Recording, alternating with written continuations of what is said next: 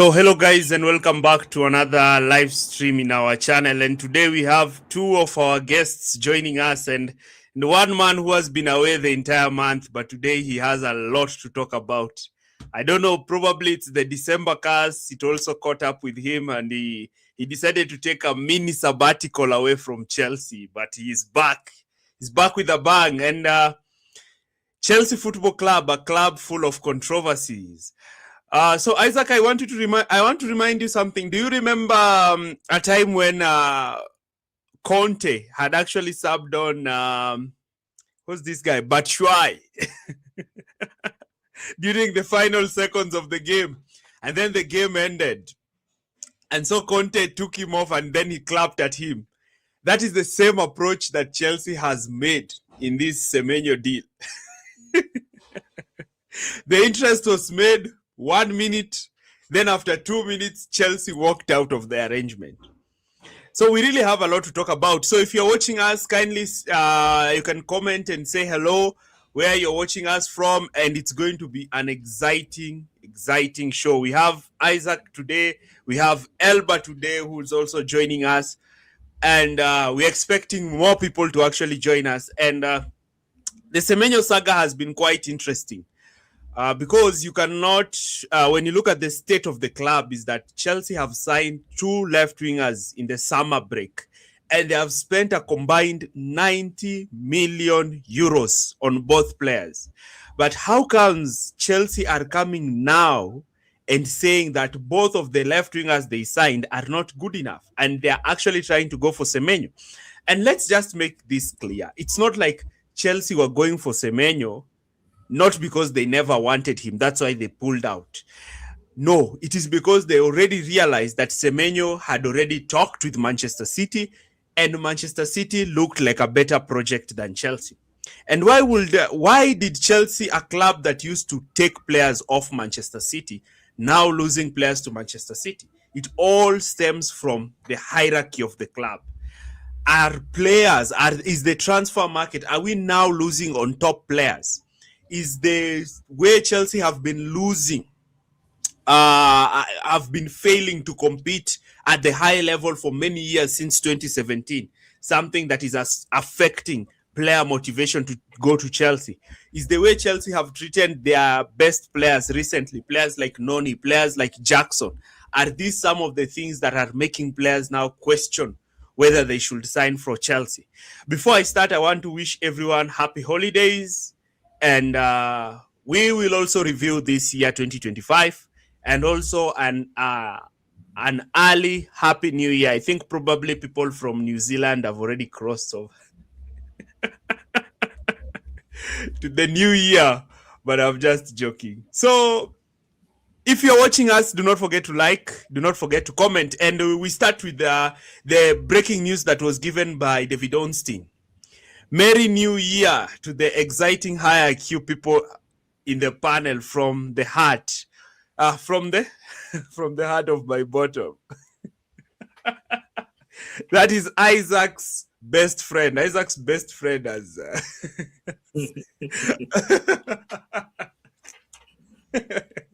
What are you trying to say? What are you trying to say from the heart of my bottom? It's quite interesting. It's quite interesting what Christian comes up with. So, Isaac, this situation about Semenyo, how do you actually see it? Because David Ornstein broke the news, but then Matt Lowe and there's this Nizel Kinsella or who? Niza Kinsella. Niza Kinsella. Yeah, Jacob also came out and refuted those claims that Chelsea had walked away. And now it is quite clear like that Semenyo is going to Manchester City. So if Semenyo is going to Manchester City for 60 million, why did Chelsea go to spend 90 million on left wingers who they don't trust? And it has been quite clear this season that teams have been working on shutting down Chelsea from the right, because they knew very well that from the left, Chelsea are not quite strong.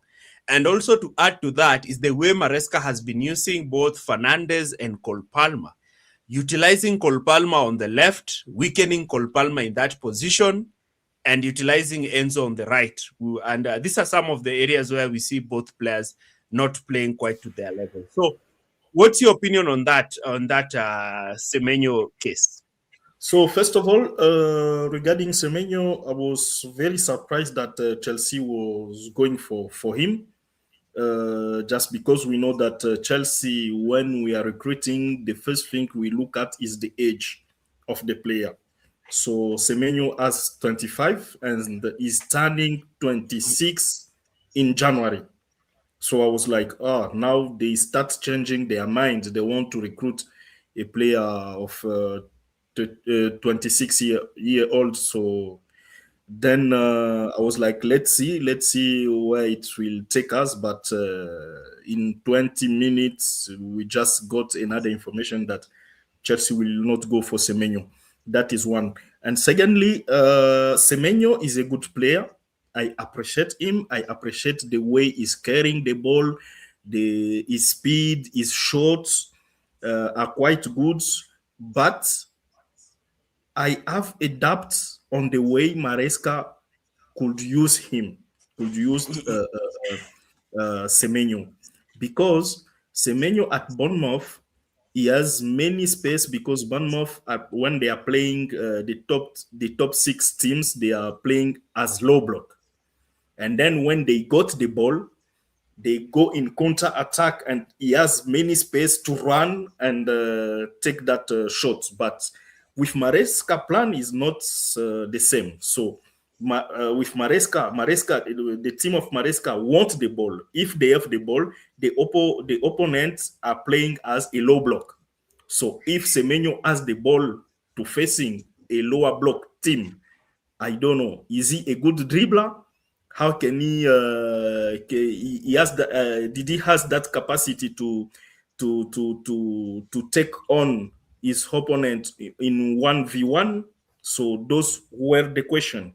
But I think he's fitting well in Manchester City team. Is fitting very well. If you see the way Maresca is, Pep Guardiola is using this Brazilian winger. Is it Savinho? Savinho, yes. So I think Semenyo, we can look at him as a Savinho. So, and he can fit in that Pep Guardiola plan. But for Chelsea, I don't, in my opinion, I don't think. And then I was surprised of the age of the player. So then it not surprise me if we are not in the race to sign him. Since Semenyo is actually playing as a left winger, I think he'll more suited to actually be somebody who's deputizing Jeremy Doku, or else Guardiola wants to move away from Doku because Doku is the one who generally plays down the left. Mm-hmm. Yes. Yeah, what is Semenyo's age, injury history? What has his form been for the last 3 seasons? Up and downs, and is he suitable?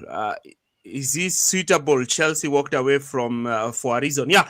Christian, if you're able to get to your phone, can you link us up with the stats guy? We want Mr. XG here. I think Mr. XG will do.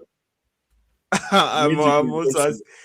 Can you try to reach him out on WhatsApp, because he probably has the best stats. So before we even start, I want to explain what Isaac was saying before I introduce Elba, and this is just a short plan on how Chelsea like to play. So what Isaac is saying is that when it comes to Bournemouth and when it comes to Semenyo is quite an interesting figure and an interesting character, because when you look at him, when other teams are playing against Bournemouth, you'll realize that Semenyo has always acted as an outlet for Bournemouth, because Semenyo is very strong in 2 areas. Number 1, he's very physical. Number 2, he's very good at winning balls in the air. And number 3, he's very powerful in attacking spaces in behind. I repeat again, very good with his physicality, very good in winning aerial duels, and number 3, very, very good in attacking spaces in behind. And how does this happen? We saw it against Chelsea when Chelsea were facing FC Bournemouth. So let's try and assume that this is Bournemouth and Semenyo, who plays as this number 11 position. So this is the position of Semenyo. So in this scenario here, Bournemouth have the ball in this system, and they're looking to draw Chelsea in the press. I just want to give you an example of how they constantly exploited Malo Gusto in particular. So because we know that the way Chelsea like to press is quite interesting, so they like to use Garnacho to join the press here. And then what is going to happen here is that one player, maybe called Palmer, in this case, will look to sit on one midfielder. Caicedo will look to pick the other midfielder, and Fernandes will look to pick the other midfielder, so that Chelsea do not get overloaded in that midfield area. Now, because of that, what happens is that one of the wingers, in particular Neto, will start in this wide position looking to try and stop this ball here. Now, what Bournemouth were trying to do is that they were not trying to play through this Chelsea pressure. Neither were they trying to look to try and launch the ball onto these areas of the pitch, because they know how aggressive Cucurella is. So what they wanted to do is that they knew very well that one way they can get at Chelsea, and what Isaac was trying to explain, is looking to target to play this ball here in particular. And why were they targeting to play the ball here in this place particular? Because they know very well that Gusto is not the most physical player. And once they were able to play the ball here and use Semenyo like a pseudo center forward, is that Semenyo will win this ball off Gusto. He will beat Gusto. Yes. And then when he beats Gusto in this scenario, what happens is that he will play the ball forward and run.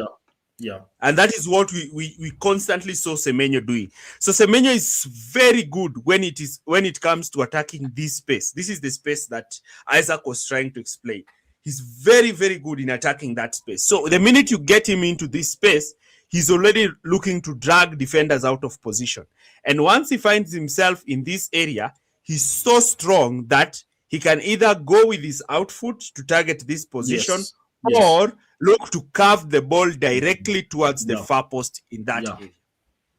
So that is how lethal Semenyo is. He's so good in one thing, in looking to isolate the fullback, because majority of the teams do not have aerially dominant fullback. So his main aim is generally, whenever you look at him, is trying to isolate himself with the fullback. Not to take on the fullback, no, but to hold off the fullback, either look to link up with his other fullback. Then once he's able to link up with his other fullback, he's able to make this run, then look to receive that ball. Again, attacking that space.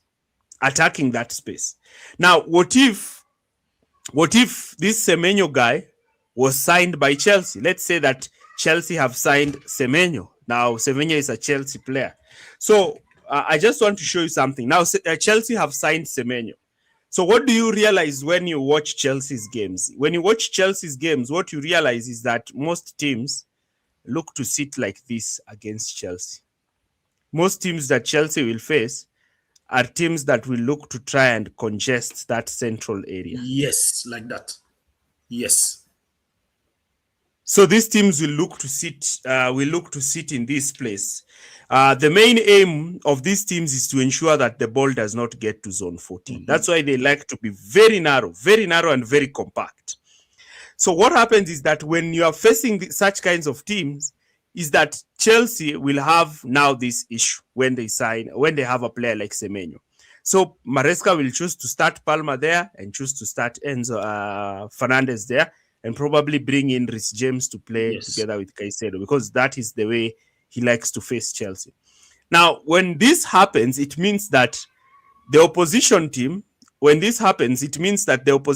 have two of their midfielders on Palmer and Enzo, while these wide players are very quick to stop either Fofana or Cucurella from advancing with the ball. They are very quick.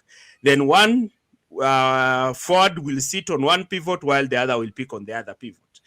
The only free players in this kind of structure that Chelsea have are the wide players. So the wide players are the ones who are tasked to actually unlock these blocks for Chelsea. So what happens in this case is that if the ball is played to Semenyo, Semenyo is the one who's supposed to draw in a fullback and look to take the fullback on. Now, we need to look at his overall numbers when it comes to actually taking on fullbacks. And this is what I want us to actually do. I want, since the stats guy has not joined us, I'll have to take up from him. So these are the stats for Semenyo. So let me just share this screen instead. So these are the stats from Semenyo. And I just want to try and compare that with the stats for a player like Jimmy Gittens so that we can try to see something. Now, this is the stats for Semenyo, and I just want you to focus on one thing, and that is the successful take-ons. So the successful take-ons is 1.58, and the touches in the opposite touches in the attacking penalty area is 4.86. This is Semenyo. Now I want you to try and see one for Jamie Gittens. Let me just share for Jamie Gittens. And what do you notice? Look at the progressive successful take-ons, 97 percentile, almost double what Semenyo does. And I'm not trying to say that Jamie Gittens is a better player than Semenyo, but the situation here is Jamie Gittens is actually contributing way more when it comes to carrying the ball forward, when it comes to drawing players, when it comes to taking on players compared to Semenyo. So Semenyo is a great player, but when it comes to actually looking at how a player is able to handle a deep block. That's why sometimes when we are facing a deep block, Gittens is way better. But the problem with Gittens is that his final product is not the best. He will be in a perfect position, then make a poor decision in the final third. So when it comes to successful take-ons and progressive carries and touches in the pen, Jamie Gittens beats Semenyo. I'm not trying to say that Gittens is better than Semenyo. No, but Gittens is more likely to thrive. Gittens is more likely to thrive in this situation. In this situation, Gittens is more likely to thrive than Semenyo. So that is what I wanted to say. So I think I've explained it quite well. Yes, it's correct. It's clear. Yeah. I think that is what Isaac wanted to say. So, Elba, how are you, and what's your opinion, and how did that news actually get to you? I'm doing very well. First of all, happy holidays to everybody. Thank you. I wish you guys a beautiful time of holiday and rest with yourselves and your family. Thank you. Um, yeah, you're welcome. You're welcome. I found this topic to be very polarizing, and Mr. Tyrone, you actually gave me more perspective and opinion on this Semenyo deal.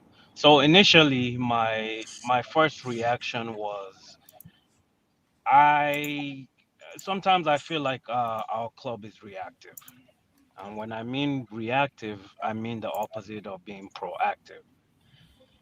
And I felt I don't know if the pressure was everybody wants a manual, so now let's go and put our hands in the mix of Semenyo. Or maybe this was just propaganda. Maybe Chelsea were never interested in this. My point is I would have loved for us to go for Semenyo last season rather than being reactive this season, and now we want to go for Semenyo, right? But there were Mr. Christian in the group chat had brought up, does he fit the system? And I think other people as well. And now that you've broken it down in this format, I see why you can be a great player and still not fit a system. And I think that is maybe potentially the issue with Semenyo, right? Because Chelsea, when we play teams on our level, They tend to play their own game, which allows us to have the best in our own system. But what we've also seen is that the smaller teams have figured out that if you play a low block, you have a high chance, or at least you have a possibility of holding us back, and then you can strike us on the counter attack.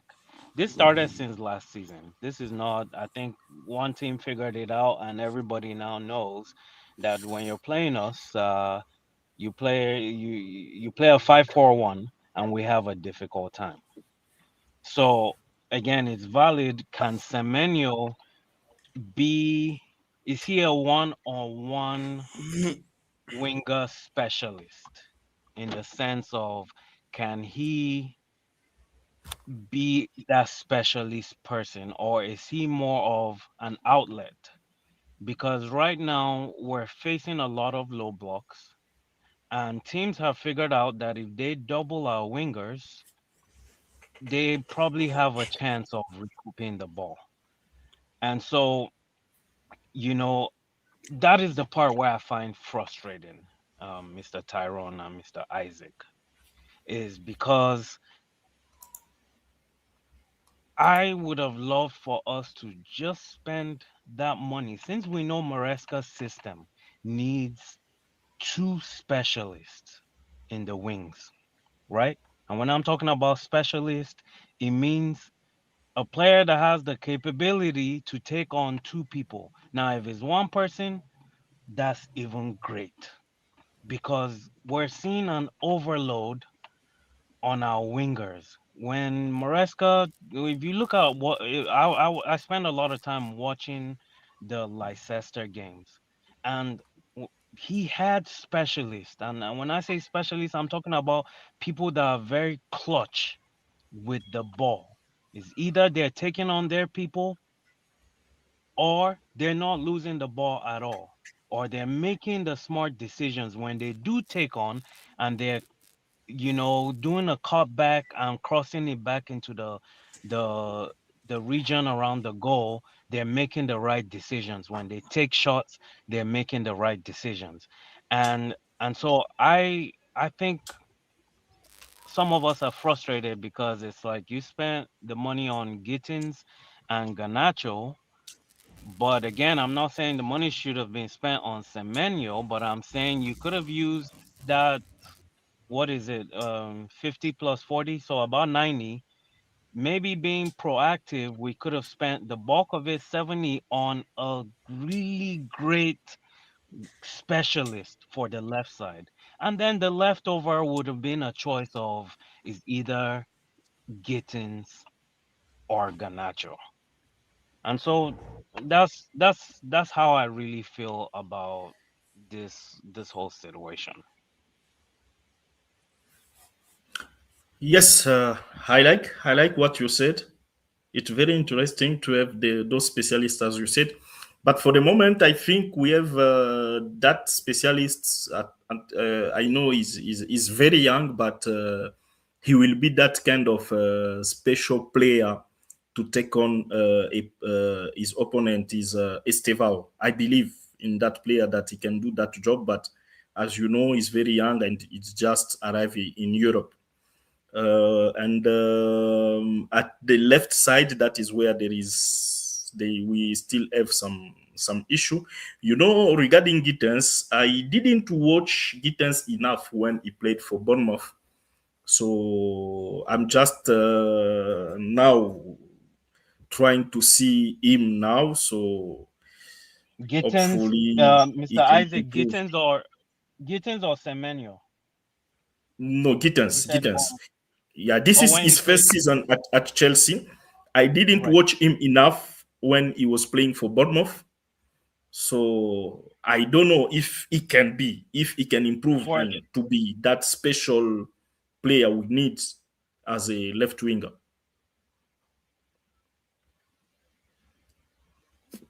Yeah, I mean, and he's, again, the stats look really great, but there's always a discrepancy between what the stats look like and that player adapting.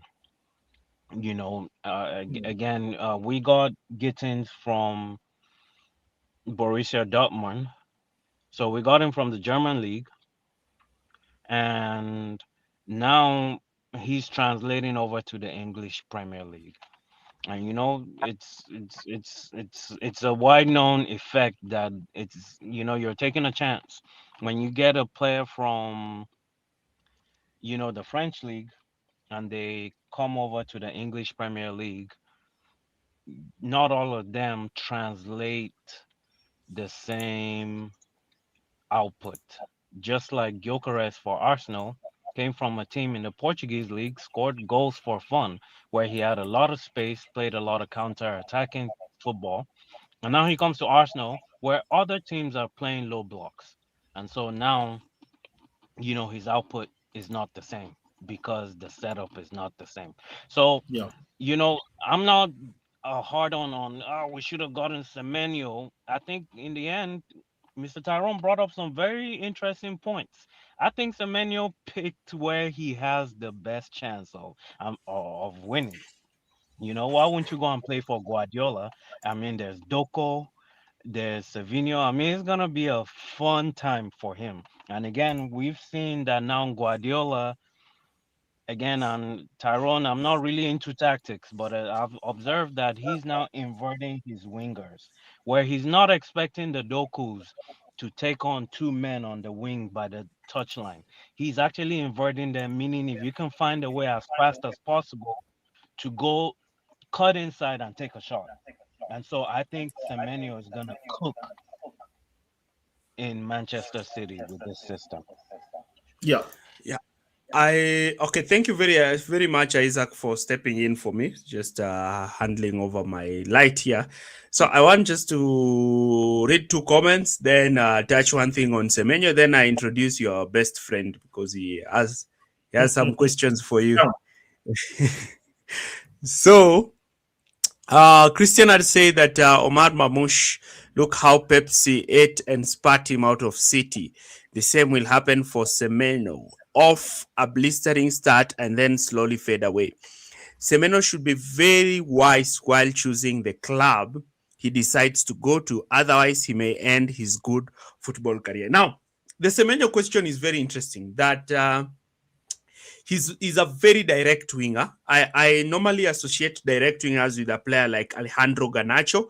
Garnacho is very good when it comes to playing against teams that will press Chelsea and give Chelsea that space in behind. It's very lethal. But when you give Garnacho the opportunity to take on a fullback, it's very frustrating to watch.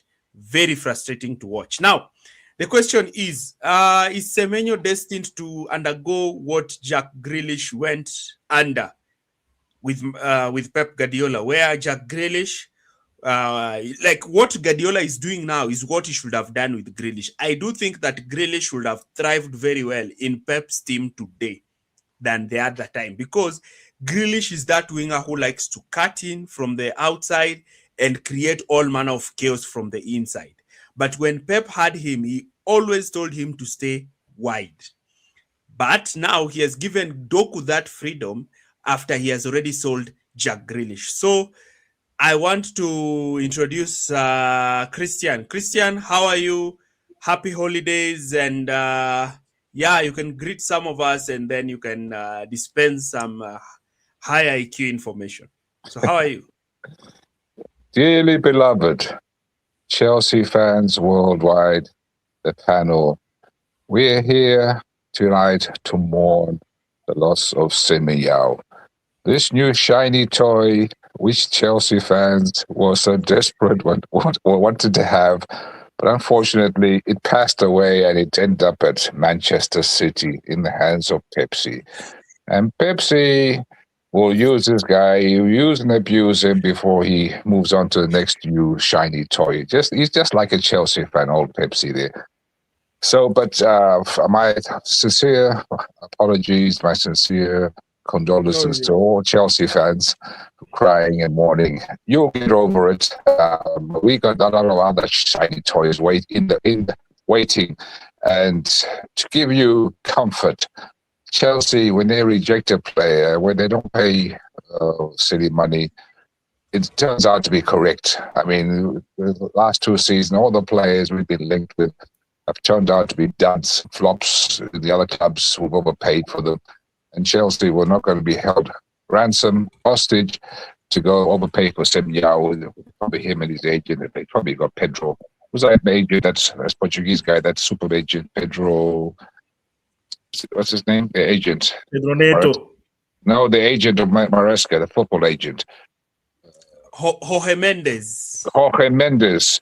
He's probably got an agent, Jorge Mendes. So you can imagine the price tag must be eye-watering high, not worth the paper it's written on. So Chelsea said, nope, we won't pay hold last year. And they've like you, they've looked at all the numbers, all the stats, all the dribblings, long shots, tacklings, what kind of back running does he do, his work rate. They've examined every single detail. What's his personality like? How does he get on with his teammates? You know, what is he as a person? Is he a likable person? There's many. It's not just on the field. How many shots you take, or how many dribbles you take. That's one thing. But how do you get on with I was watching a very silly. I'll give you a good example. I watched from Chelsea football, whatever the fan channel, not fan channel, the official Chelsea site. I don't know if you saw that, where they were playing that game with that pulling that something. Did you see that one, the video where they're playing like tug of war? They're pushing some kind of cart or pulling, and but did you see the team spirit? Did you see that team building, that camaraderie, the friendship? That you can see them. They all get along. It's not fake. It's not even a fake getting along. Those guys are genuinely happy, even for doing the same thing. So does he fit into that environment? Will he blend into there? Will he be a good teammate? Or will he be like one which sort of like causes divisions? So that is one thing you got to look at, his personality. We don't know. We don't really know his personality. As to Mr. Lingala's point, how many people with their hands on their hearts watch Bournemouth regularly?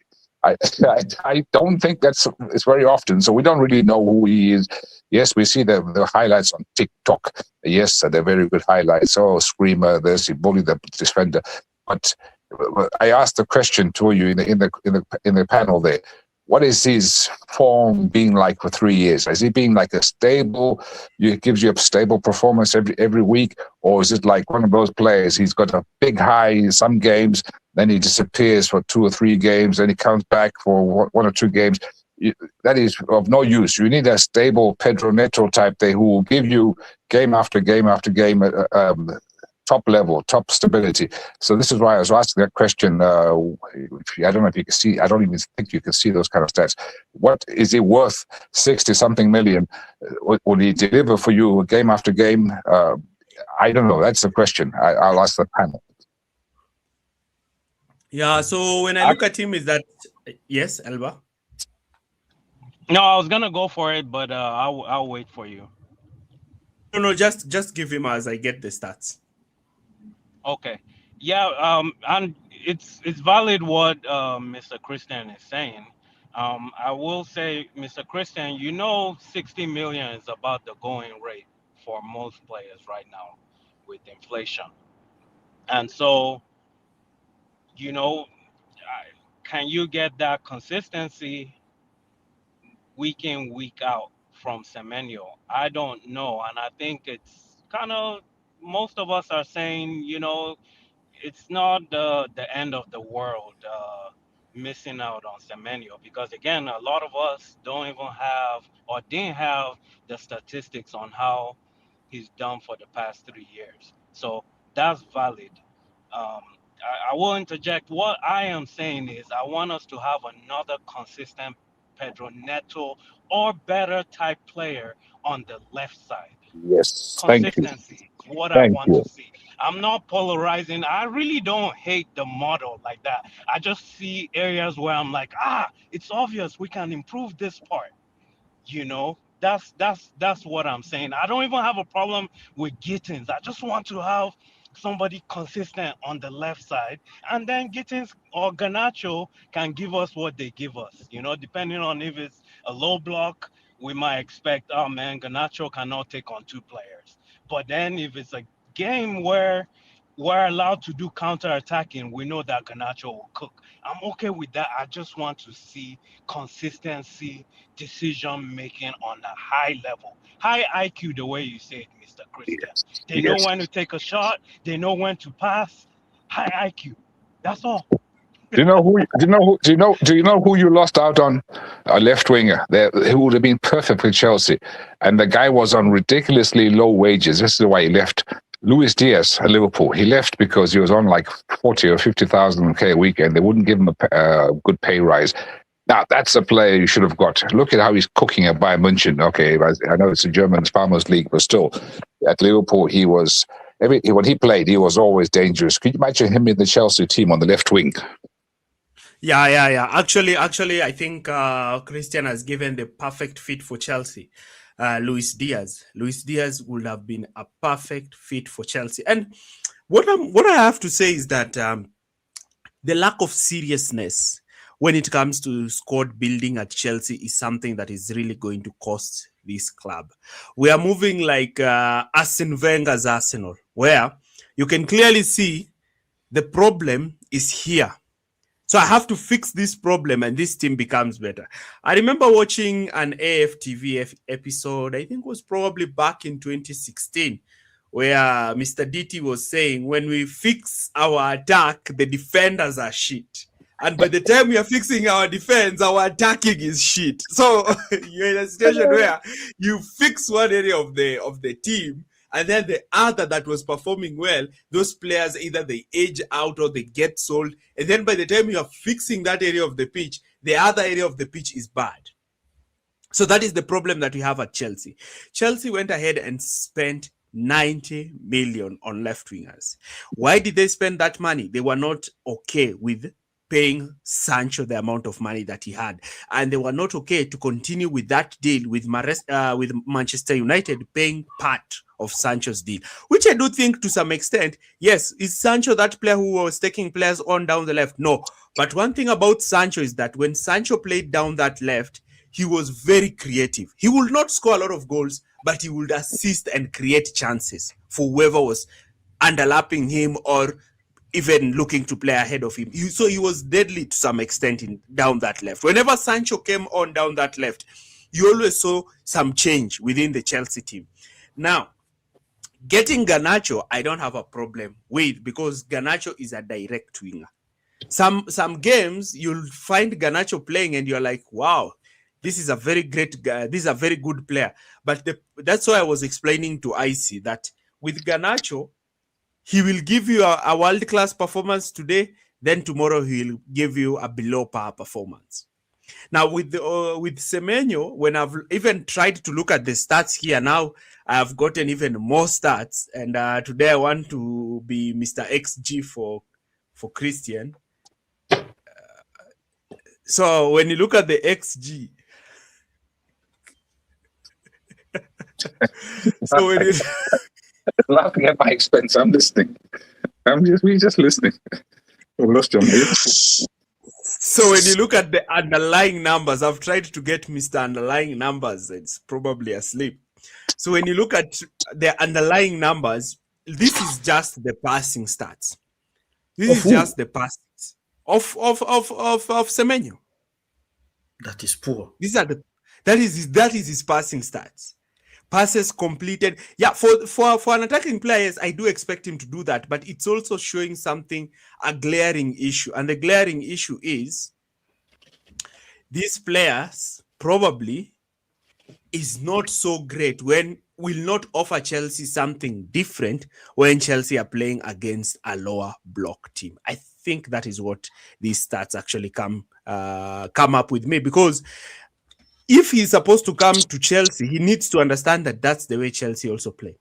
Also, another thing that we are failing to get with this Chelsea board is that they try to sign players on a cheap. They try to sign players cheaply, you see.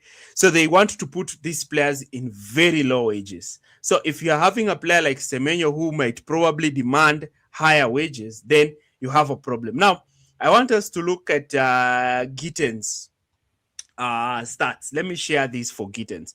Now, when you look at Gittens, you realize that Gittens has a better pass completion rate. It's way better than than Semenyo. He's also, that is pass completion rate overall.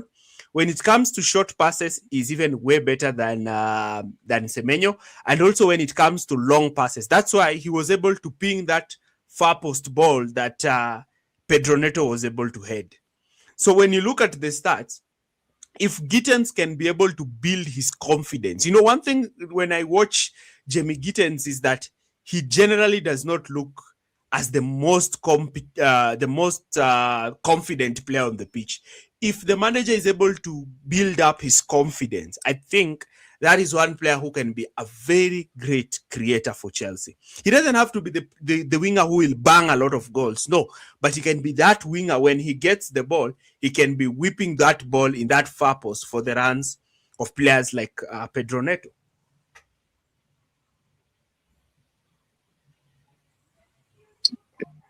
It will be interesting for you. I know people are going to hate you for saying this.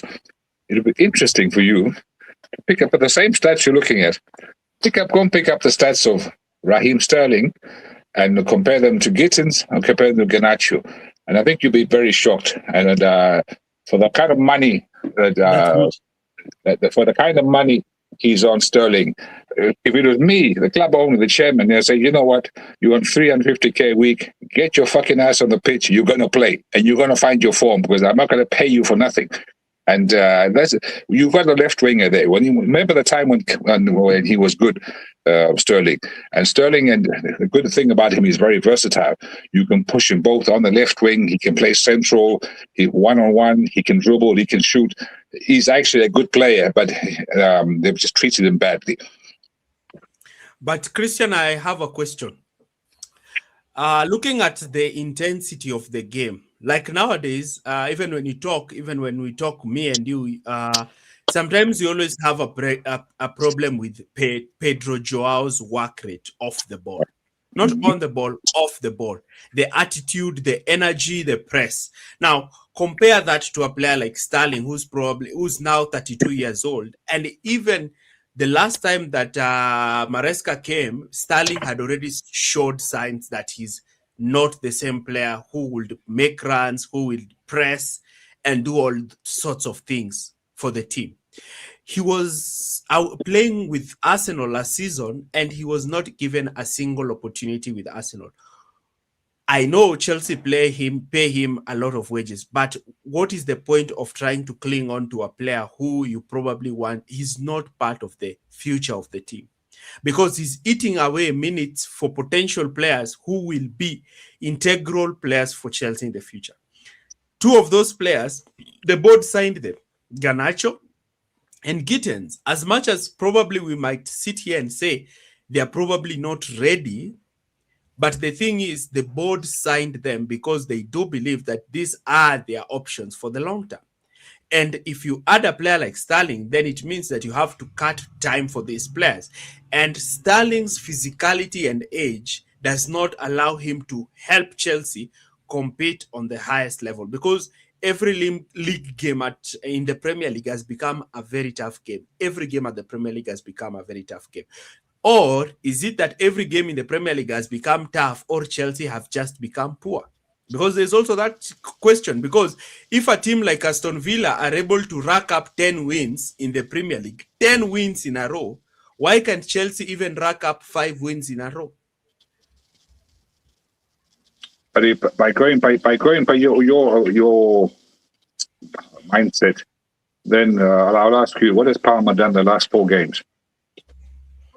Palmer has been back injured. He scored in the game before the other game. And then also, when I look at it, the manager has also not played Palmer to his strengths. I know he's a good player. He should perform wherever he's played, but he has not been able to play to his strengths where he likes to play. And also he's come back from injury. He's not much fit. I think this is the game where I think the Aston Villa game is where Maresca has said that Palmer now is ready to play 90 minutes. I think sometimes as fans, we tend to look at players and we think that whenever we see them on the bench, whenever we see them start, they're ready to play all the games. But generally, there is more that goes to it when it comes to sports science. The same thing as Sterling. He hasn't played for a long time. He needs match fitness. He needs to be. He needs to get back into the rhythm of things. So I can use the same argument as you're using with Palmer. He needs some games to get back into rhythm. But the teams, when we play these low blocks teams, the ones we can't break down, this is where we need this Sterling type, the one who can dribble in the small areas. So we used to see it in the past. But yes, I will agree with you. Maybe his best days are behind him. But for goodness sakes, he's still got 2 years left on his contract. That's a lot of money. You need to get something out of him for those last 2 years. You cannot be paying him 300 whatever K, unless, of course, you decide to cut him. Then you make a deal where you go half. We pay you for 50% of what your new value, but you go here now. Yes, they cut him, as I say, but that's another business decision. I think Sterling is one of those mistakes that were made by Chelsea earlier on. The signing of Sterling, the signing of Khalidou. When you look at the initial players that Todd Bowley signed, a lot of those players are on high wages. Kukurea, Fofana, those are players on high wages. But after now Clear Lake and the sporting directors came in and a structure was imposed, you realize that the players signed later on, their wages were quite low. And even looking at Chelsea's wage structure, are we now going to say that probably wage might have affected Semenyo's decision? Because when you look at the overall wage structure of the Premier League, Manchester City is one of the teams that is paying their players a lot of money. Manchester City and Manchester United. And I think Chelsea is when I compare to the top six, I think even Chelsea pays way less than Spurs.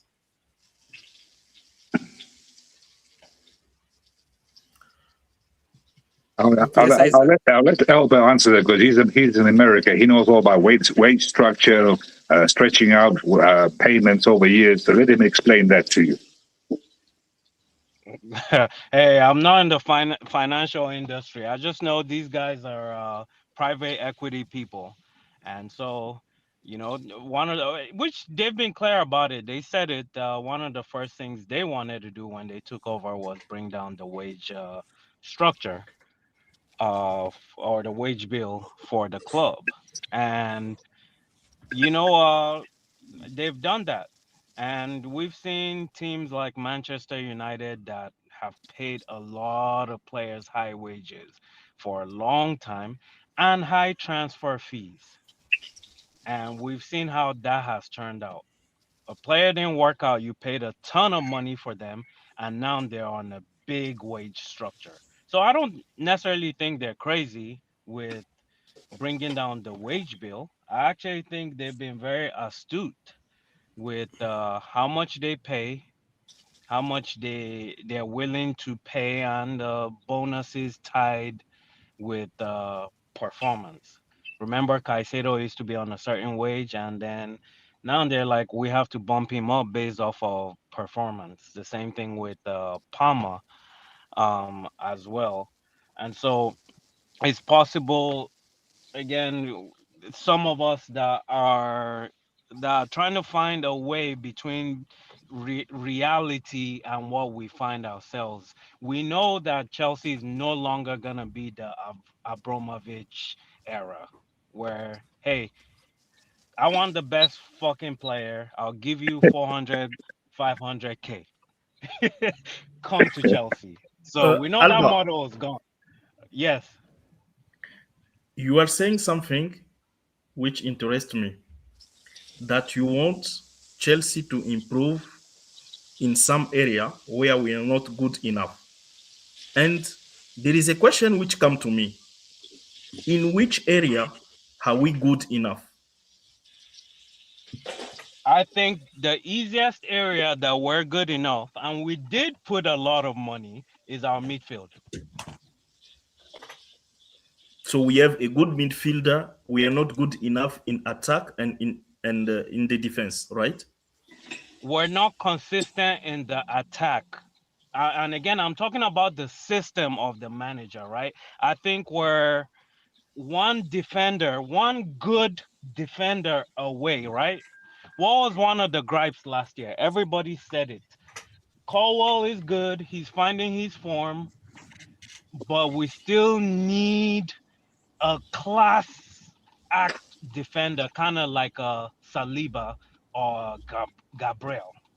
So I think we're one defender away. We were one defender and one goalkeeper. Now we're kind of like, okay, Sanchez has been consistent. And so it's kind of 50-50. Some people are like, no, still not good enough. Some other people are like, well, he's been consistent. You can work with it. But I know we're one defender away, one winger away, and potentially one striker away. Because João Pedro is not an out-and-out nine. He's more of a supporting striker.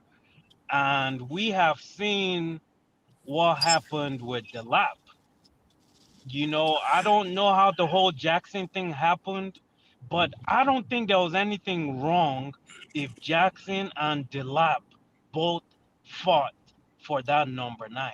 And then when Delap was injured, we could have used Jackson. I didn't know why it had to be one or the other. I don't know if it's tied to PFA, UEFA restrictions or whatnot, or Jackson just felt very slighted about the whole situation. I do not know. But I just feel like we have a little bit of tinkering, and the areas where we need the tinkering are very obvious to the fans. So another And question Now, is yeah, that the kind of player you are talking about, like one experienced player in defense, maybe one winger and one number 9. So do you think we can get such kind of player who have, I don't know, 21 or 22 year old? the only one was the one that went to Real Madrid. What's his name? The defender from the Premier League Wichen, that comes off. Say again? Hussein, the one who came from Bournemouth. Hussein. Yes, right. Off the top of my head, again, some people will say, if you're saying all these things, come up with the players. I've heard of Bastoni. I don't know how old Bastoni is. So you do have a valid question, which is what we're saying is that the model has to evolve a little bit. Stick to Okay, it. you Again, think? Sorry to model, interrupt you. Sorry to yeah. interrupt you. Do you think that if Maresca changed his system, and if he changed the entire system, the current player we have in the squad can be good enough? Nope. No, this Chelsea squad is bang average. It's not that good. I know we Chelsea fans, we live in delusions, but this, come on, let's be honest. That is how many okay, I'll ask Mr. Lingala. How many world-class players or international class players do we have in this Chelsea team? I think maybe 2, if not 3. Which ones? Palmer. Let James. me answer for Caicedo. Who else? So there's one more. Caicedo. We have 3: Palmer, Caicedo, and Cucurella. Yes. International class to Virgin on the yeah. Rhys James. He's now showing something with his fitness. Yes, he's also proving that he's. But hey, he's also a bit of a defensive liability, Rhys James. I know as much as we live in cloud 9. I've watched this season. Some of those goals, I know you don't want to say. I know you want to blame Chalobah, you want to blame other people, but some of the Rhys James is always thereabouts involved in them. Yes, attacking he's been very good, but it's again age. Age catches up with you. How old is Rhys James? Christian, before I answer the question of Rhys James's age, I think he's probably 26. When I look at the last-ditch tackle that he made in that against Barnes, that foul. It should be the penalty. It was a foul. Penalty. Clear penalty. Clear penalty. Like Chalobah. Clear penalty. The ref was, I don't know, he must love Chelsea. Let me tell you something. To some extent, it was a 50-50. It's a 50. It can be, if it is given as a penalty, we can't complain. But if it's not given as a penalty, we can't also complain. It's a 50-50. It can go either way. It can go either way. Now, there's one thing that Elba and Isaac were saying that I wanted to say, but Isaac wanted to ask Elba some questions. People are talking about one world-class centre-back away. Now, this took me back to last season, the first half of the season. So during the first half of the season, around this time, we were just 3 points behind Liverpool. So, and we had a better goal difference than Liverpool around this time. So what happened is that if we went away to Everton and won that game, we would have gone top of the league by Christmas. Now, what centre-back partnership did we have? The centre-back partnership that we had was Colwill and Fofana. Now, when I look at this, I'm like, Fofana, yes, he's a good defender, but recently we have also seen him sleeping when crosses are being played. And also in the Newcastle game, he was responsible for the first goal. But overall, Fofana has been a good defender. Now, when I look at that Woltemade goal that was scored, both goals, when I looked at the first goal, when you look at Chaloba's positioning and how he missed that ball, I'm like, if I have 41-year-old Thiago Silva in that position, that goal does not happen. Exactly. Even if I have 50-year-old Thiago Silva there, he loses his hamstring kicking that ball away. He loses hamstrings. I mean, Mr. Tyrone, do you want to take it a little further back? If I have however old John Terry is, retired John Terry right now, that goal is not happening. Yeah, that is true. Even if I have Caesar's Pilqueta in that position, that goal is not happening. So what I'm saying is, I have seen when Fofana has played with Chaloba, the defense has been keeping clean sheets. But is it because Chaloba is a good defender? Or is it because that Fofana covers so well for Chaloba? That's a question. Number two, what again I saw in Chelsea's Newcastle game, and I did it in my last video analysis, is the way Chelsea's defense is stretched. And Maresca needs to analyze this. There is a way in which that Chelsea defense is stretched. There is a way in which they play the ball towards the wide area.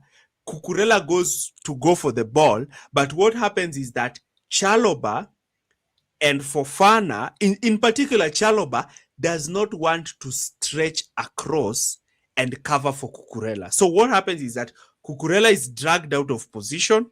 Then once Cucurella is dragged out of position, another player makes an underlapping run. And when that run is made, that is the time now Chaloba makes a decision to try and go after that player. So when he goes after that player, the space between him and Fofana is widened.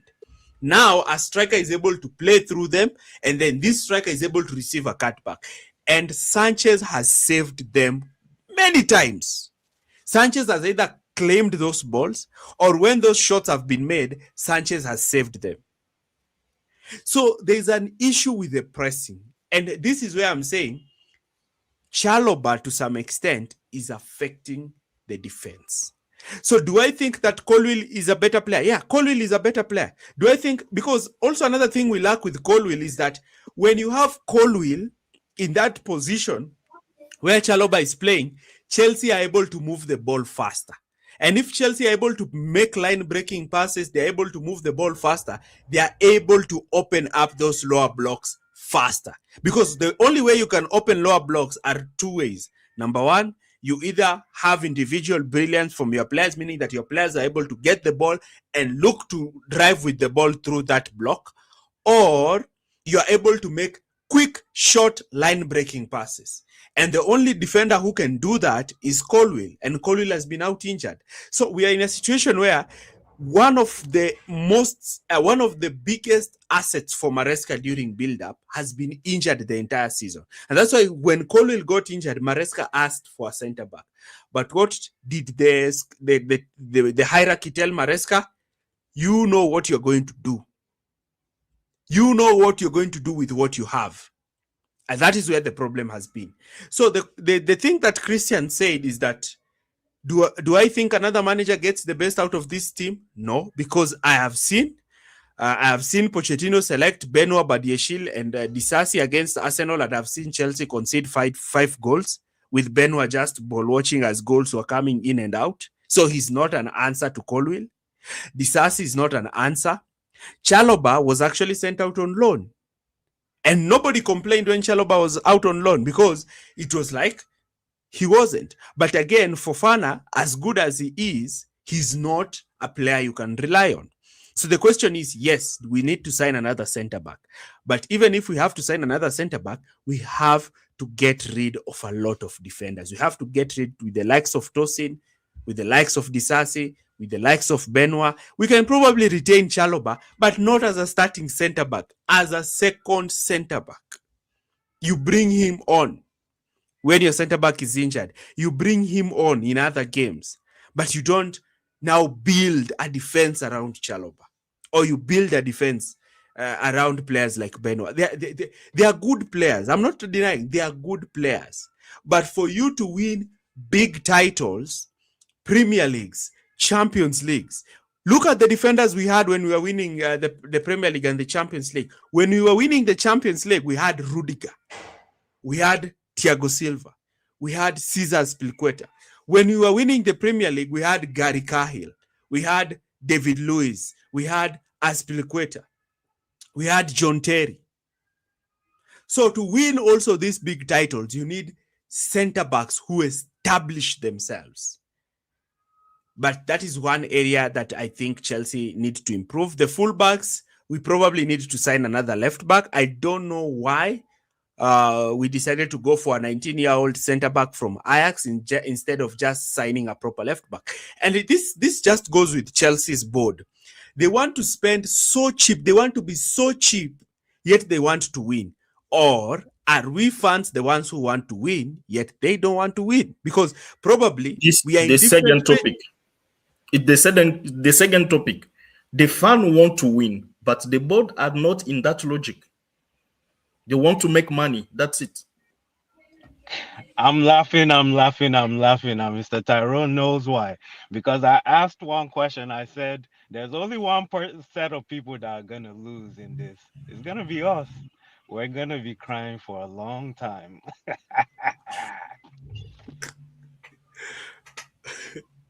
Mr. Christian. The board is selling you dreams and delivering you air. This is what's going on here. They're selling you dreams and delivering you air. And it's like the EU. I don't know about that. Those are your words, not mine. But they sell you hope, sell you dreams, and you can live. You think it's Christmas all the time, but the reality is, if you look closely, properly, all this signing of these, and God bless them. I have nothing against young people. I'm a champion of young people. I have young children. So young people, of course, they have to start from somewhere. You as a young person, somebody gave you an opportunity for your first job. Somebody gave you an opportunity for your first loan, what have you. So we should never just brush off young people and think, they're useless. But the fact is that Chelsea is a top franchise, a top club. And this is not a place where you come and experiment with young people. This is a club which is normally reserved for sort of like the ready-made players. You were supposed to be, when you join Chelsea, you were supposed to be at a certain level. If you are a young person trying to make your way into the Premier League, yes, you can go to your Bournemouth, yes, you can go to Wolves, and there you can get time to develop in peace and quiet without being sent to Strasbourg or wherever. But at Chelsea, there are certain standards. Now, we are, at this point in the evolution, we have reached a point where we have standards. We have a high standard. And this is not just a playground, a kindergarten. Then with this kind of issue and the player we have, we are going to face the third on the table.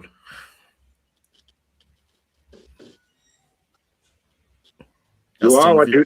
There's an expression: you are what you eat, and you are what you buy. Basically. Yeah, that's true. It's back in the day when we were under Abramovich era, they used to buy the best of the best, the creme de la creme. Now we're buying sort of like the weeds, the upcoming roots, the shoots, the green shoots, not the weeds. The weeds haven't even grown yet. They're waiting and they're speculating, they're gambling that, in 2 or 3 years' time, these are going to be the stars of tomorrow. But we have to be patient. But while you're patient, the teams around you are growing, they're getting better, they're improving, getting better players, they're getting better managers, whatever. But you're still thinking, the player I bought 3 years ago, hey, I just hope something good will come out of him.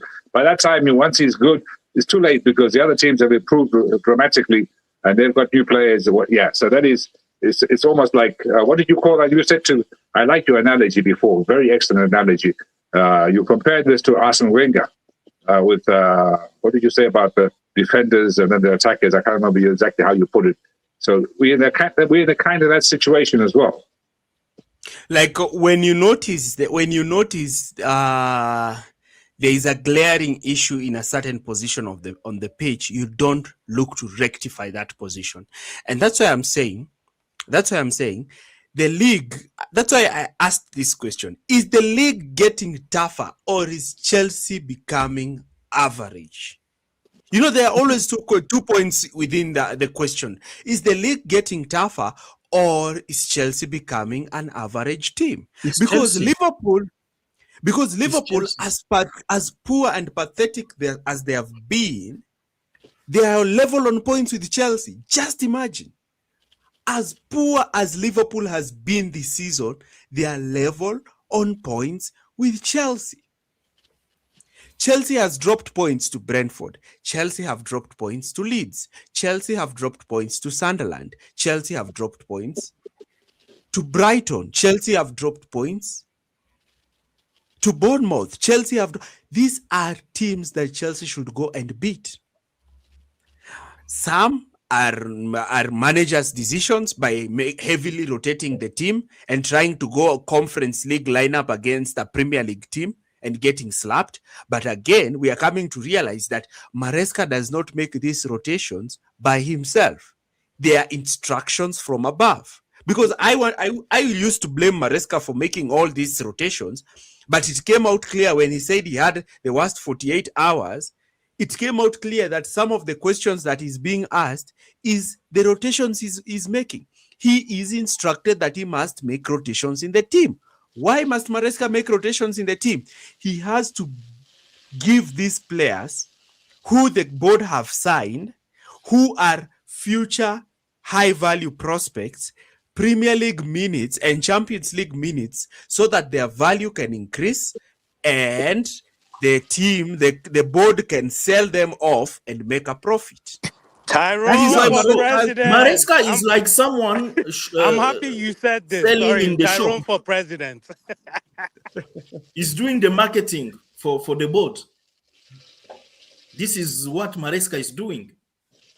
Maresca is a fool. He's a fool. But then he's like any African national team manager who was forced by their federation to play certain players from their certain families or certain tribes, And this is why some African countries with fantastic players never excel. They all seem to flop because the board interferes too much in the manager's decision and forces him to play certain players from certain tribes, certain, I'm going with it. That Maresca is dancing to the tune of the board who's picking the team for him. Then Maresca is an idiot. Then he's finished.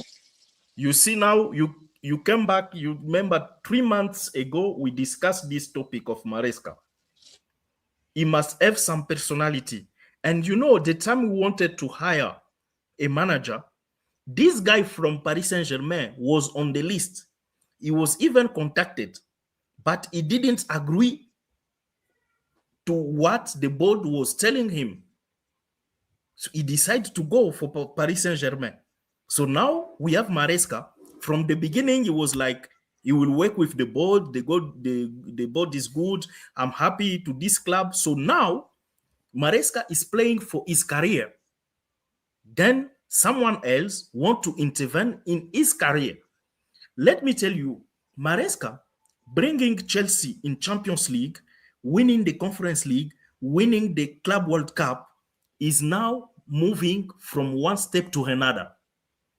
And many clubs are now watching him. So he wants to prove more. But when he see that the board is not in that vision, is not in that direction, so that's why now there is problem between Maresca and the board. So we should forget about that Chelsea of Abramovich era, winning trophies, defeating big clubs. No, that era has passed. Now we have American board. That guys, they only want to buy young players to improve them and sell them and make money. That's it. And yeah. Elba had something to say. Elba, you have the mic. No, I was saying Tyrone for president. When you made the using the first team experience, hey, they have Premier League minutes and they also have Champions League minutes. And so I'm happy. Not that I'm happy you're validating it again. It's just something that some of us have sensed for a long time. And what I find so confusing is we have a sister club just for this. And that sister club, they hate us. They have ultras over there in France and they hate the owners because essentially every player they have that is good, they come get their experience and Chelsea sells them right away. So the ultras over there, they hate us. But again, my point is that's the point of a sister club. To be And honest, then Tyrone, I don't have a problem with the player trading. Mr. Christian has brought that up. Sustainability issues, clubs have to find a way to make revenue.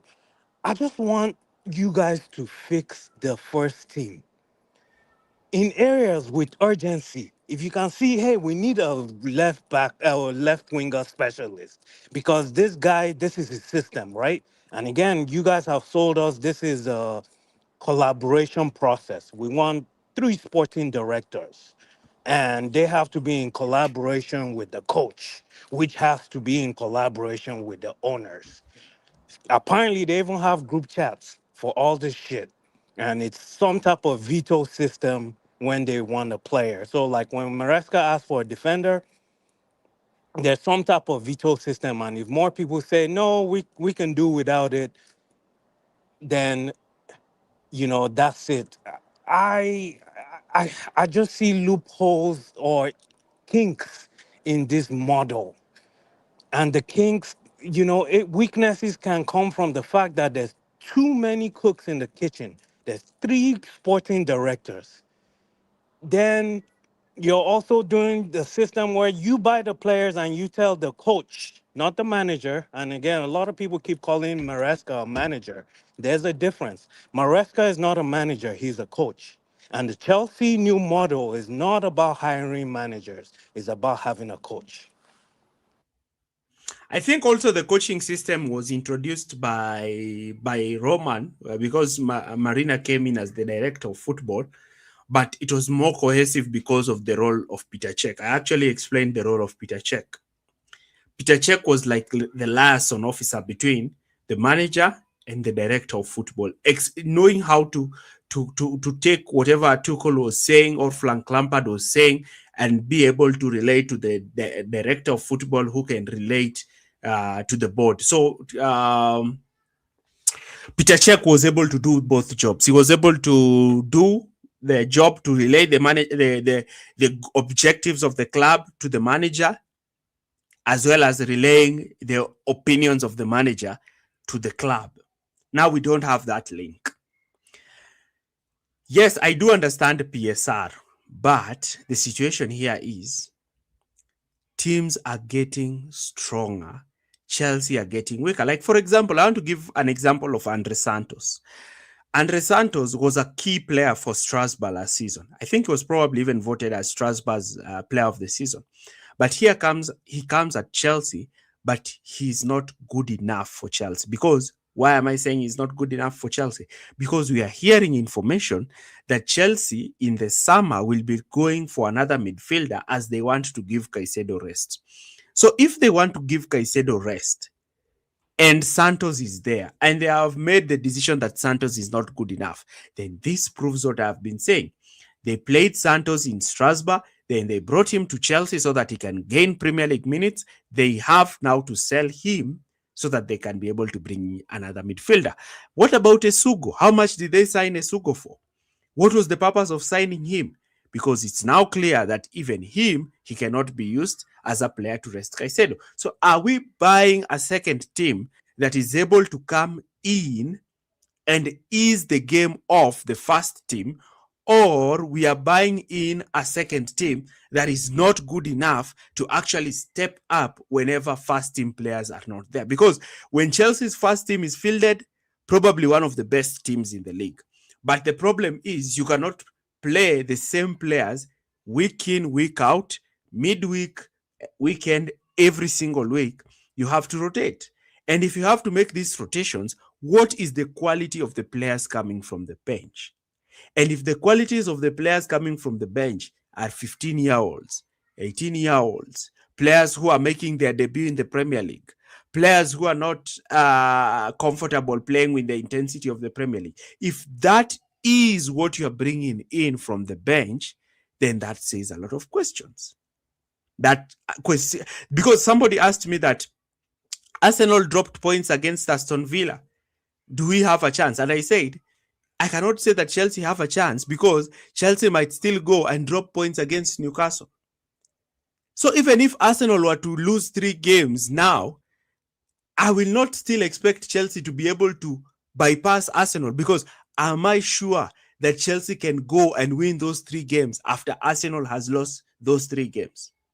Even if Manchester City lose the next 2 games, am I confident that Chelsea will win their 2 games to get the better out of Manchester City?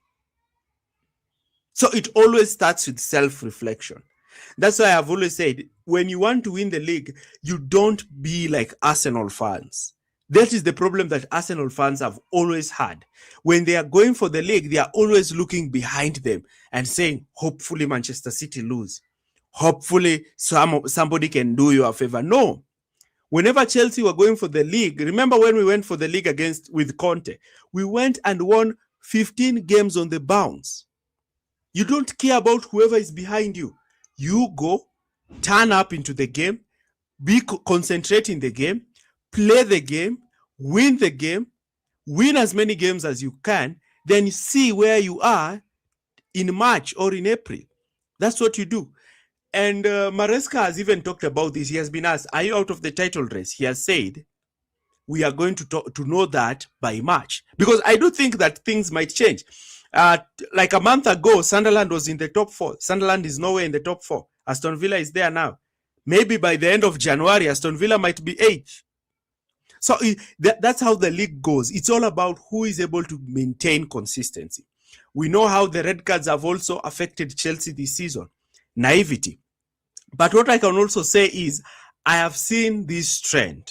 With Pochettino, the trend was Chelsea was so strong in the first half, but the Chelsea that went into the dressing room after the first half was not the Chelsea that came out in the second half, because we constantly kept on shipping in goals and losing points in the second half. Now with Maresca, the team can also get a 1-week rest, but when they turn up, especially in the first half, they are not aggressive. They are not taking that game seriously. They are being bodied. They are being bullied off the ball. They are losing their aerial duels. They are losing their ground duels. We saw it at Old Trafford. We saw it this weekend at St. James's Park. And we have been seeing it, that Chelsea have not been that team that have been coming out with aggression in the first half. The only time I've seen them coming out with aggression is when they play at the Bridge. So what is happening? Because before December, we were probably the best team away from home. So that's what I wanted to say.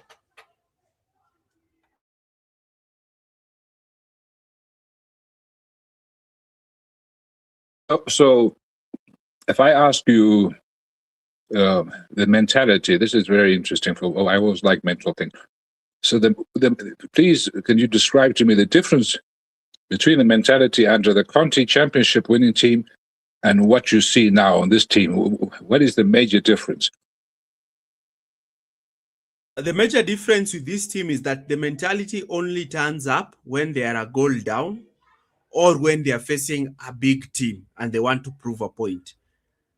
And you can't have mentality when you want and when you don't want. If you want a mentality, you have that mentality every game. Did I see the same aggression that I saw when they faced Arsenal at Stamford Bridge at Newcastle? No. Even before we conceded that first goal, Newcastle were playing us off the park. We weren't aggressive. I kept on asking myself, it is the second minute of the game. Why is Joao Pedro acting like he's tired? Why are you not closing down your man? The minute you don't close down your man, you are making other players to adjust their positions to cover for the space that you have left. And what happens? That's why I said our defense is constantly being exposed. Because as Joao Pedro, you are the first line.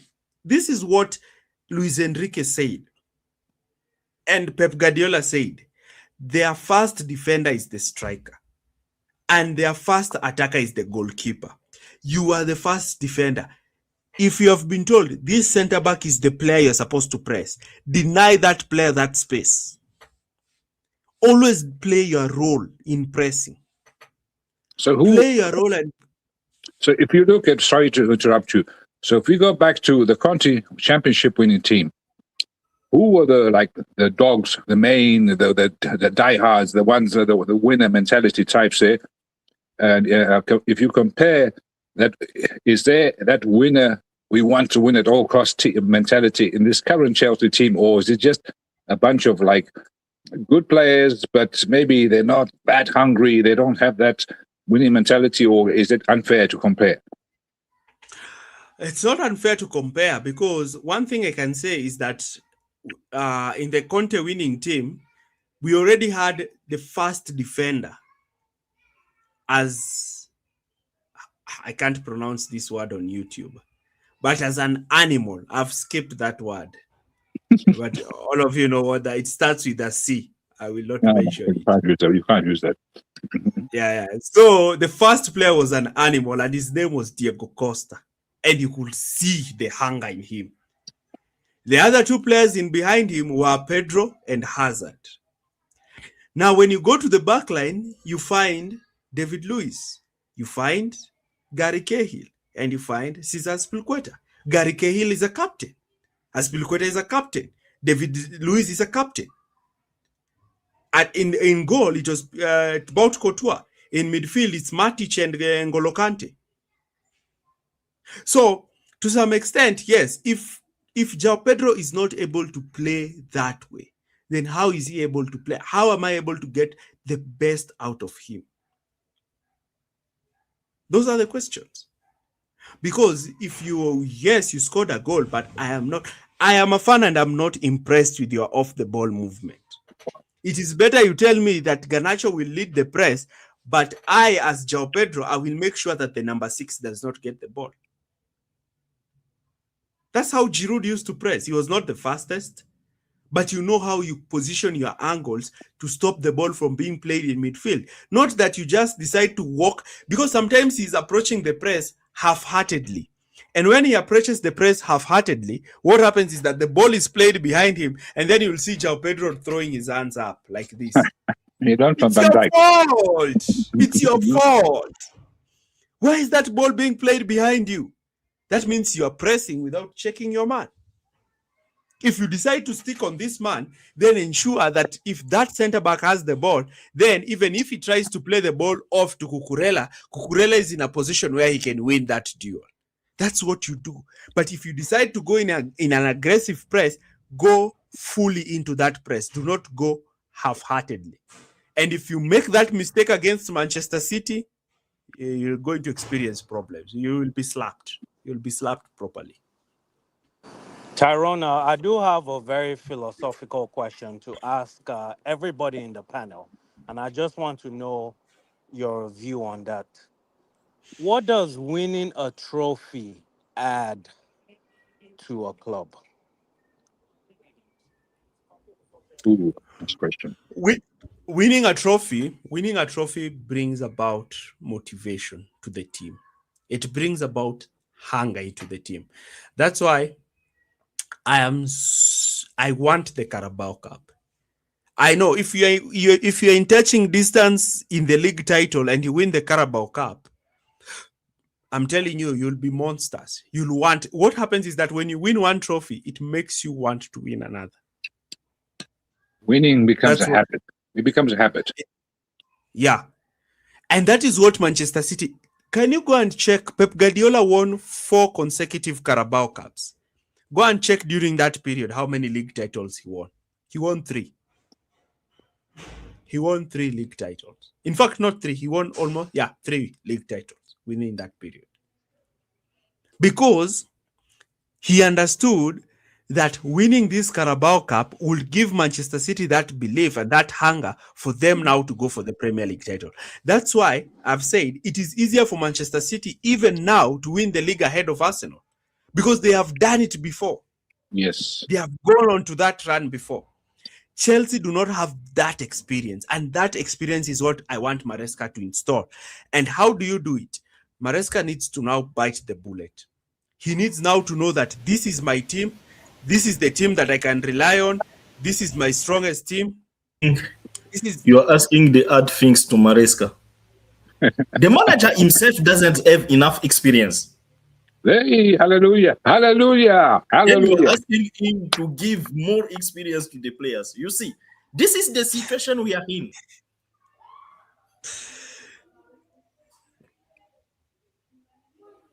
Because let me tell you, Maresca, he has done what he has done, but he doesn't have enough experience. That's why sometimes I'm thinking that with the same players, but experienced manager, we can get better result.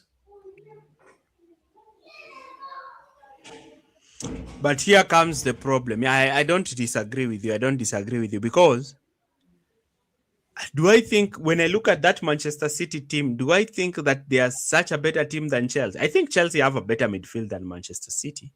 I do think we have better fullbacks than Manchester City. We don't have the defender as. Tell me just one defender. I'm just trying to touch on some areas of the pitch where we are better than them. I think we have better fullbacks than them. I think we have better midfield than them. But even their defense is not this midfielder. No, the defender. I'm not saying defense. I'm not talking the Croatian one. The Croatian. That's defender. Vardiol. I'm not talking about centre backs. The centre backs are best. Who can match that guy? Because sometimes he's playing also as a left back. I'm not even going to the defense, Isaac. Even this young player, this young which Pep is playing now. O'Reilly. In England. Yeah, O'Reilly.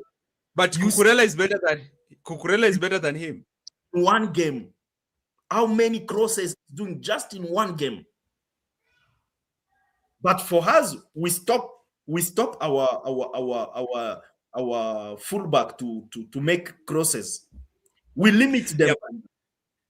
Yep. You see, these are now some of the questions that sometimes I sit down and I'm telling myself that sometimes Isaac is right. Sometimes if you are not able to pass the ball into the back of the net, you have Fernandes. Fernandes is so good in making those runs inside the box. João Pedro is also good at heading the ball in the back of the net. Neto is also good at making those heading balls. Sometimes, can you just push Reece James slightly higher and tell Reece James, can you whip in some juicy crosses inside the box? He's already there, right? If we're talking about his hamstrings, he's already playing in midfield. Let's not forget that Arsenal game. I've never seen him run so much. One player covers so much ground. So to your point, he's already close by there. So again, if he's now making the crosses, that's just a little forward from the midfield that now he's there. But if you interview Maresca now, he will tell you we have to manage. We have to manage his hamstrings. Not even to manage his hamstrings. Reece James, he doesn't have. I'm not saying that he has to overlap. No, we used to see De Bruyne doing these things. We used to see De Bruyne doing these things. De Bruyne sometimes will drop deep, come short, receive the ball, whip in across. So what we are supposed to do is that if Fernandez is so good in attacking those dead ball situations, why don't we play Fernandez down the left? Why can we tell Garnacho be making the far post run? We need to also introduce some little bit of dynamism in the way we need to attack, not just having your wingers wide, stretching them, then playing the ball in field to your inside. No, sometimes you can be dynamic. If the other team decide to be so conservative and compact, what do? You tell your left winger, make that far post run. You tell Fernandez, make that run. You tell João Pedro, make a run, drag defenders. And then you get the ball to Neto. Neto has the ball. Instead of Neto crossing the ball, he passes the ball back to Reece James in space. And Reece James fires it into the far post. Tyron, because we are talking like this, let me showcase to you. There is some games, in my feeling, Chelsea does not want to win them. You know that? So the manager just refused to win a game. I can just give you some example. In football, what we want to do is to score and to do not concede. What happened when Chelsea is playing? There is some cases where you see that the defense of the opponent is disorganized. So instead of us going to exploit those space, what we do most of times, we are playing back. Have you seen that? Yeah. I have seen Many that. And times we play like that. So for Maresca doesn't want to score those kind of goals where you've seen that the defense is disorganized. Let go fast and score. No. He wants to play back, to start like passes. And the time you are doing that, the opponent has organized his defense. And now you see the defense which were disorganized. You didn't want to go and exploit those space. Now you play back the ball. They've organized. You want now to come again to that defense, to destroy that defense and score. For me, sometimes it doesn't make sense. I've seen that lot of times. We have the ball. Let's say they press us, they come, they want to score, and they lose the ball in our box. So let's go now and score. No, we give the ball to the wingers. Sometimes we got some, I don't know, the winger seems that he cannot take on his opponent. He just play back the ball, and then we give the opponent time to be organized. I think Maresca's idea of trying to have that controlled version of the game, that Pep type kind of controlling the game, sometimes it does not work. Sometimes you need to get the ball and look to transition quickly and score a goal. Sometimes you're in that position. Sometimes you're in a good position, and then I hear it. It's not that I even hear it from the fans when I'm watching my TV. I hear them boo. The Chelsea fans boo that. They are like, boo. I even hear somebody saying, what the hell are you doing? And the only time we did it, it was in the game against Sunderland. See the goal Garnacho scored. Yeah. So all the Sunderland players was like in our box, disorganized in defense. And we go in transition, we scored. But we are not even doing. Yes. Not even the Sunderland game. There's this game where McGew scored the final goal, made a cutback for the final goal. Which game was that? The game McGew came on, we won 3-1. The Wolves game. Was it the Wolves game or the Burnley game? We did the same.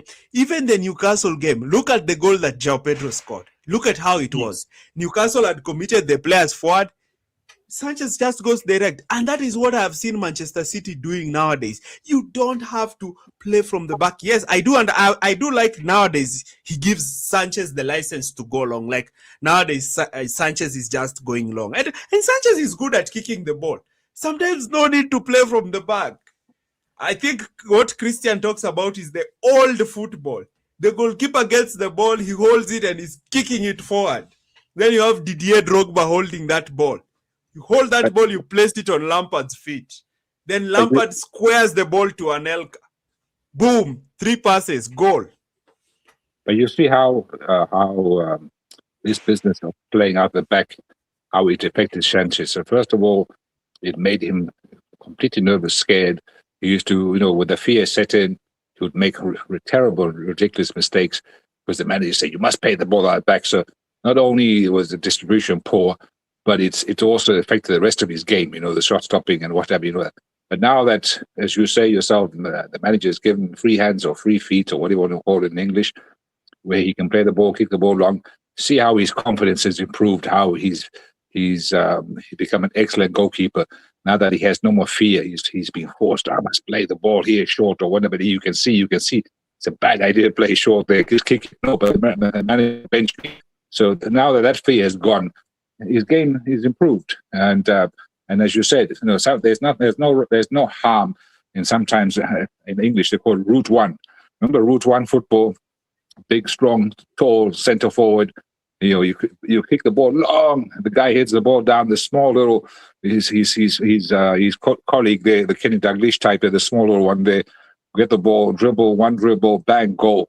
And that's how football used to be back in the old days when they had bad pitches, holes in the ground and that kind of situation. It's not like now when they play the fields. Who was I watching the other day?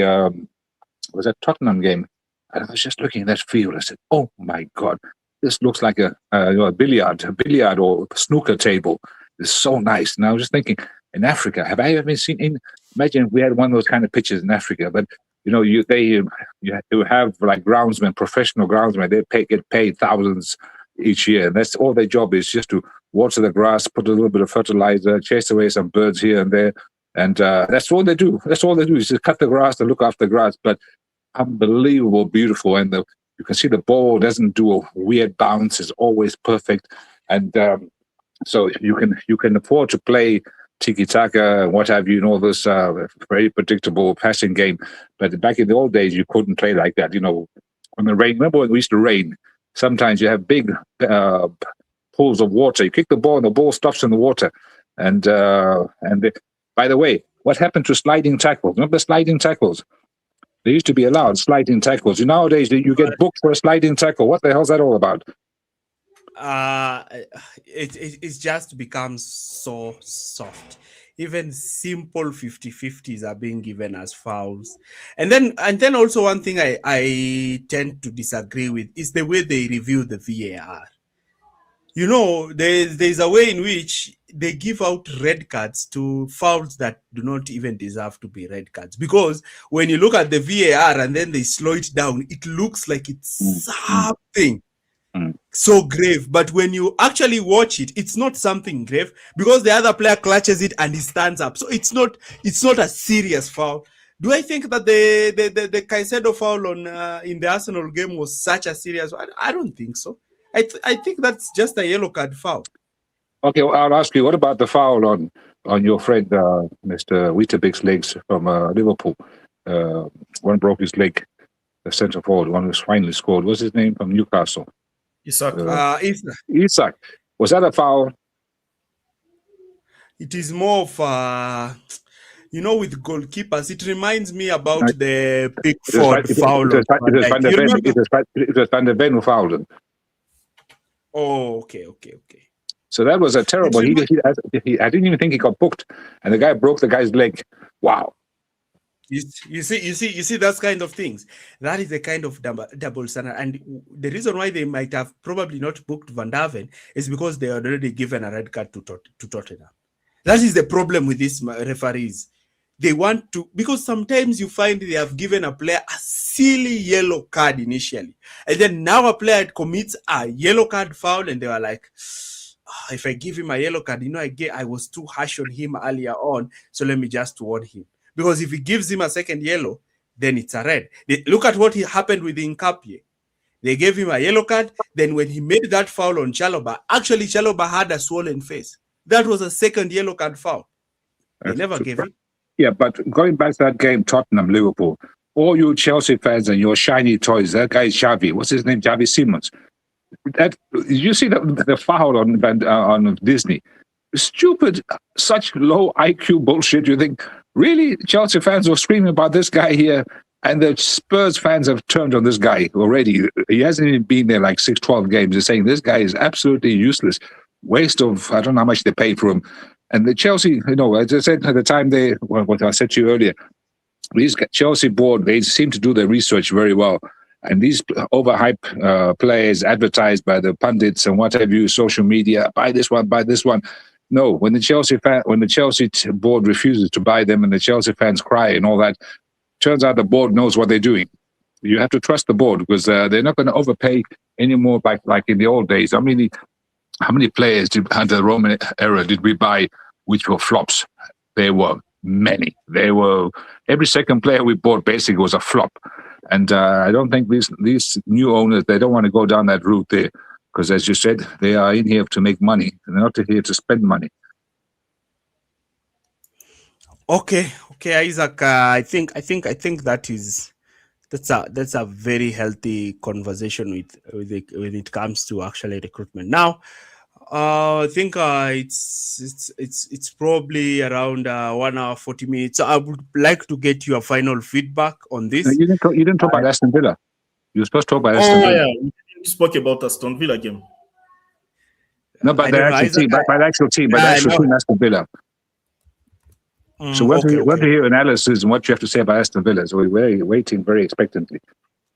I want to go through their videos quite a lot. I probably want to do a live on Friday in the evening on Aston Villa, just focusing on Aston Villa.